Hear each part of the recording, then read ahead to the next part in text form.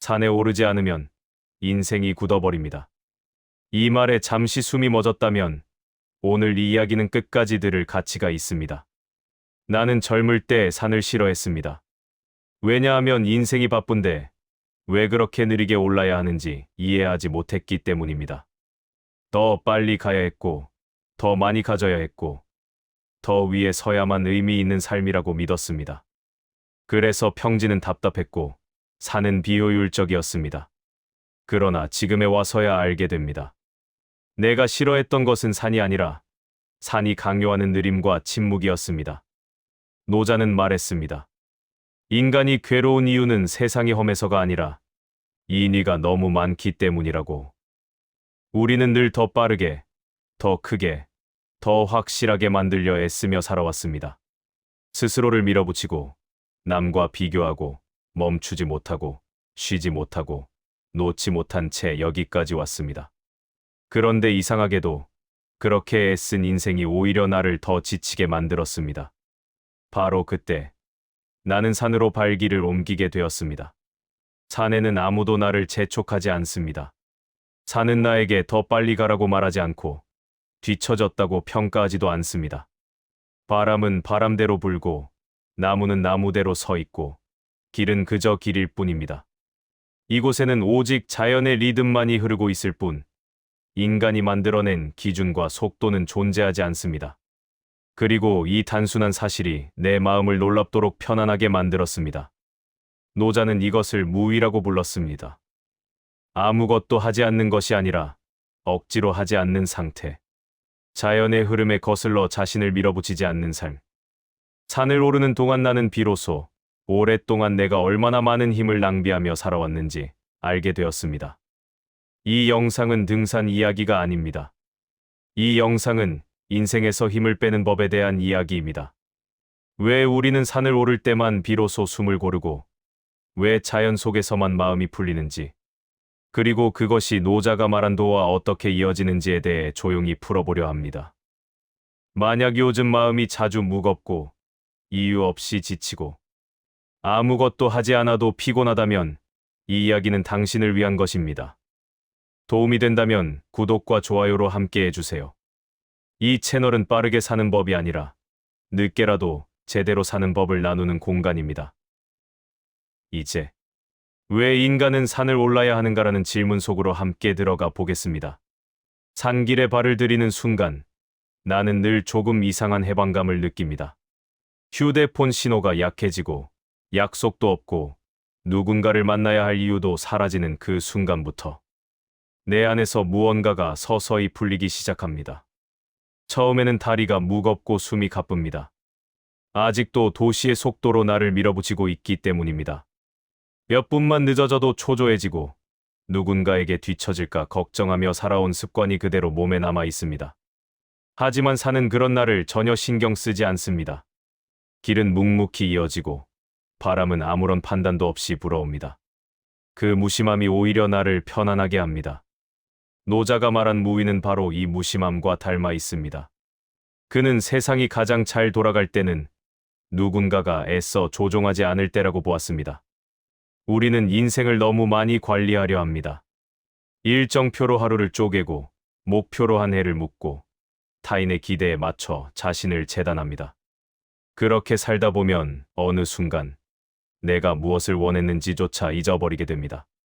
그런데 산에 오르면 그런 인위적인 틀이 하나씩 벗겨집니다. 오직 한 걸음, 또 한 걸음, 그리고 숨.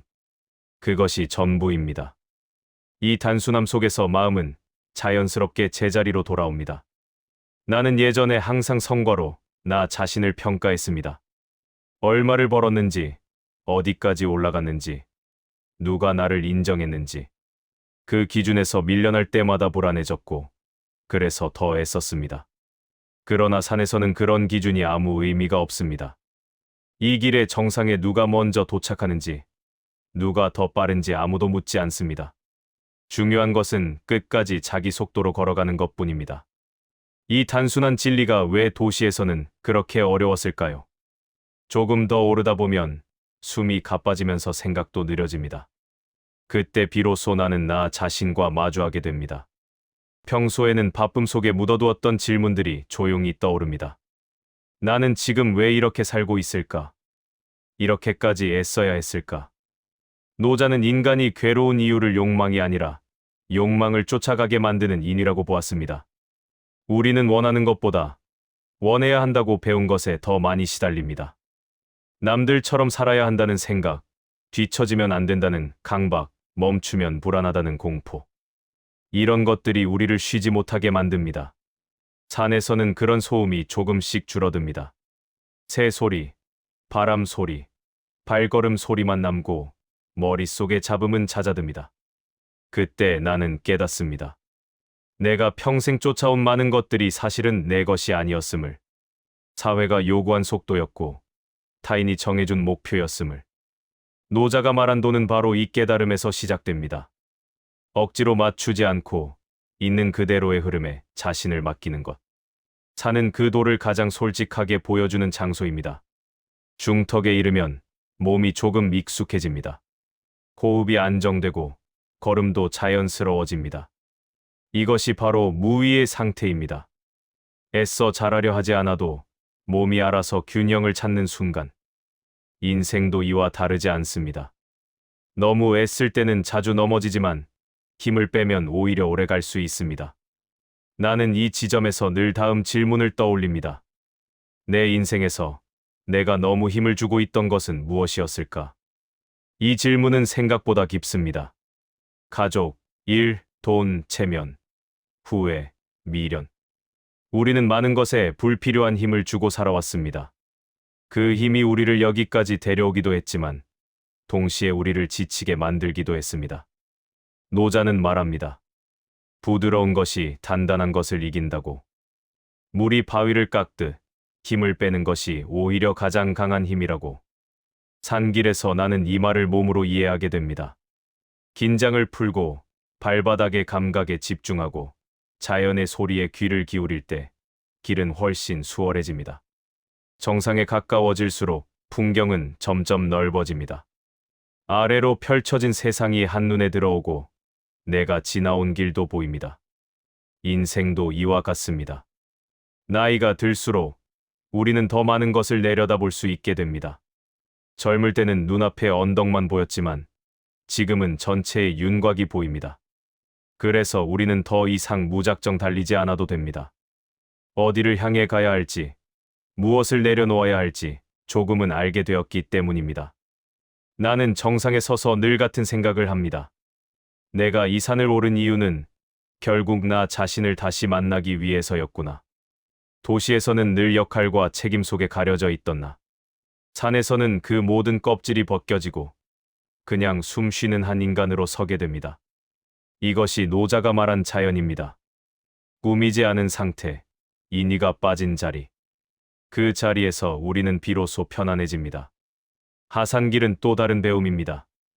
올라갈 때와는 다른 근육을 쓰고 다른 집중이 필요합니다. 인생의 후반부도 이와 비슷합니다. 젊은 날의 상승과는 다른 지혜가 요구됩니다. 속도를 줄이고 균형을 잡고 주변을 더 살피는 것. 노자의 도는 바로 이 하산의 지혜에 가깝습니다. 더 이상 위로만 향하지 않고 지금 이 자리에서 어떻게 자연스럽게 살아갈 것인가를 묻는 철학입니다. 산을 내려오며 나는 늘 마음이 가벼워집니다. 꼭 무엇을 얻어서가 아니라 많은 것을 내려놓았기 때문입니다. 이것이 내가 산을 오르는 진짜 이유입니다. 더 강해지기 위해서가 아니라 더 부드러워지기 위해서. 더 많이 가지기 위해서가 아니라 덜 집착하기 위해서. 노자가 말한 무위는 이렇게 삶의 결을 바꿔줍니다. 그리고 나는 이 경험을 도시로 가져옵니다. 모든 문제를 해결할 수는 없지만 문제를 대하는 태도는 달라집니다.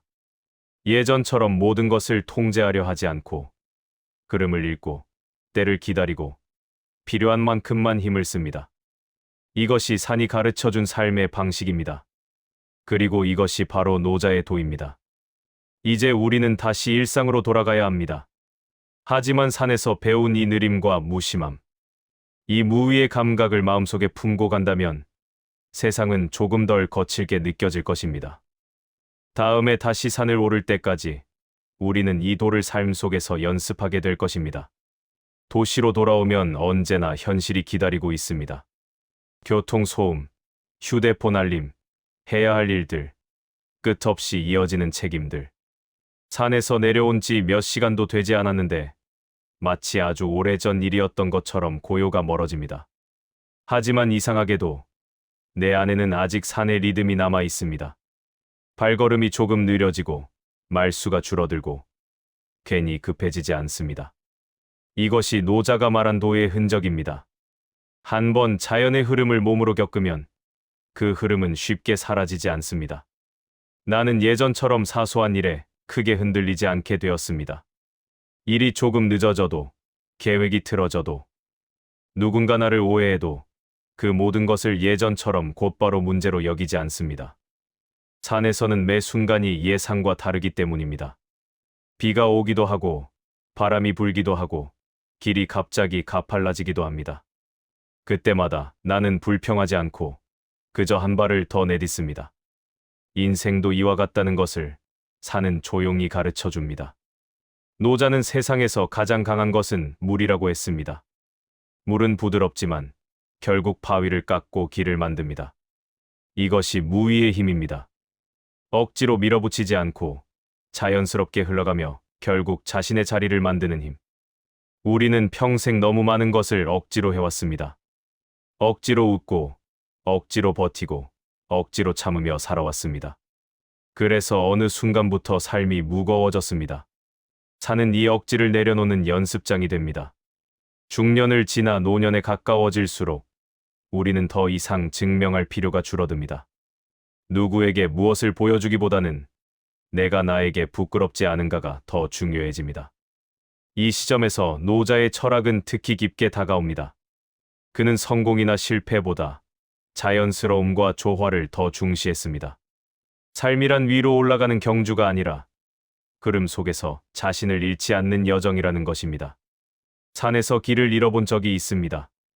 표지판이 보이지 않고 내가 어디로 가는지 확신이 서지 않았습니다. 그때 나는 잠시 멈춰 서서 주변을 살폈습니다. 바람의 방향, 나무의 배열, 길 위의 발자국들. 그리고 서서히 다시 길이 보이기 시작했습니다. 인생에서도 길을 잃는 순간은 반드시 옵니다. 중요한 것은 그때 더 빨리 달리는 것이 아니라 잠시 멈추는 것입니다. 노자는 멈춤 속에서 도가 드러난다고 했습니다. 이제 나는 산을 오를 때 기록을 남기지 않습니다. 몇 분 만에 올랐는지, 얼마나 칼로리를 썼는지, 그런 숫자들은 더 이상 중요하지 않습니다. 중요한 것은 내가 어떤 마음으로 그 길을 걸었는지입니다. 숨이 가빴을 때도, 풍경이 아름다웠을 때도 그 모든 순간을 있는 그대로 느꼈는지. 이것이 무위의 또 다른 얼굴입니다. 평가하지 않고, 비교하지 않고, 그저 존재하는 것. 산을 오르며 만나는 사람들도 인상적입니다. 서로 이름도 모른 채 짧은 인사만 나누고 지나갑니다. 그러나 그 인사에는 묘한 연대감이 담겨 있습니다. 같은 길을 걷고 있다는 사실만으로 충분하기 때문입니다. 인생도 그렇습니다. 우리는 각자 다른 삶을 살지만 모두 같은 불확실성 속에서 걷고 있습니다. 이 깨달음은 사람을 조금 더 부드럽게 만듭니다. 나는 이제 산이 단순한 운동이 아니라 삶의 은유라는 것을 압니다. 오르막과 내리막, 고요와 소란, 혼자 걷는 시간과 스쳐 지나가는 만남들. 이 모든 것이 인생과 닮아 있습니다. 그리고 노자는 이 닮음 속에서 인간이 자연과 분리된 존재가 아니라 그 일부임을 보여주었습니다. 우리가 자연의 리듬을 잊을수록 우리는 더 괴로워집니다. 반대로 그 리듬을 다시 찾을수록 삶은 조금씩 제자리를 찾습니다.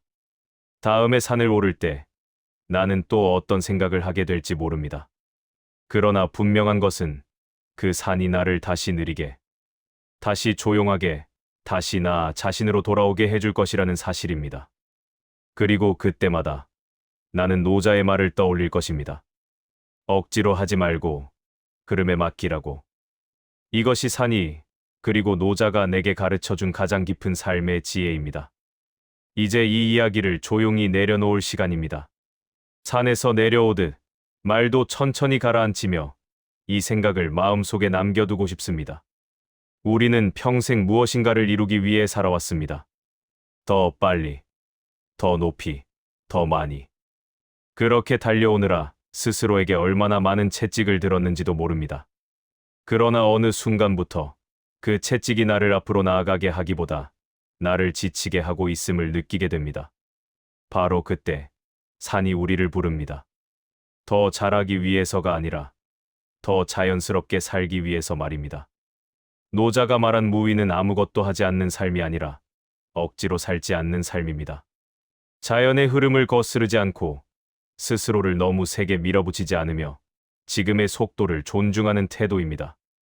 산을 오를 때 우리가 숨이 가쁜 것을 탓하지 않듯 인생에서도 느려지는 순간을 실패로 여길 필요는 없습니다. 느려짐은 멈춤이 아니라 더 깊게 살아가기 위한 조정일 뿐입니다. 나는 이제 산을 오를 때마다 그리고 일상 속에서 바쁨이 나를 덮칠 때마다 이 말을 떠올립니다. 지금 이 속도가, 지금 이 호흡이 나에게 맞는가? 이 질문 하나만으로도 삶은 훨씬 부드러워집니다. 노자가 가르쳐준 도는 멀리 있지 않습니다. 우리가 스스로에게 가하는 불필요한 긴장을 하나 내려놓는 순간 이미 그 도 위에 서 있는 것입니다. 인생의 후반부에 들어선 우리는 더 이상 증명할 필요가 없습니다. 이제는 더 잘 보이기보다 더 편안해질 권리가 있습니다. 산이 우리에게 주는 가장 큰 선물은 바로 이 권리입니다. 아무것도 요구하지 않는 자연 속에서 우리는 비로소 자신에게도 아무것도 요구하지 않아도 되는 법을 배웁니다. 이 영상이 끝난 뒤 혹시 가까운 산길이 떠오른다면 조용히 한번 걸어보시기를 권하고 싶습니다. 꼭 정상까지 가지 않아도 괜찮습니다. 중요한 것은 어디까지 갔느냐가 아니라 어떤 마음으로 걸었느냐이기 때문입니다. 바람을 느끼고 나무를 바라보고 자신의 호흡을 들으며 걷는 그 시간 속에서 노자가 말한 도는 이미 당신 곁에 와 있을 것입니다. 오늘 이 이야기가 당신의 마음에 작은 쉼표 하나를 남겼다면 그것으로 충분합니다. 인생은 계속해서 흐르고 우리는 그 흐름 속에서 조금씩 배워갑니다. 산처럼, 도처럼, 그리고 당신 자신의 리듬처럼.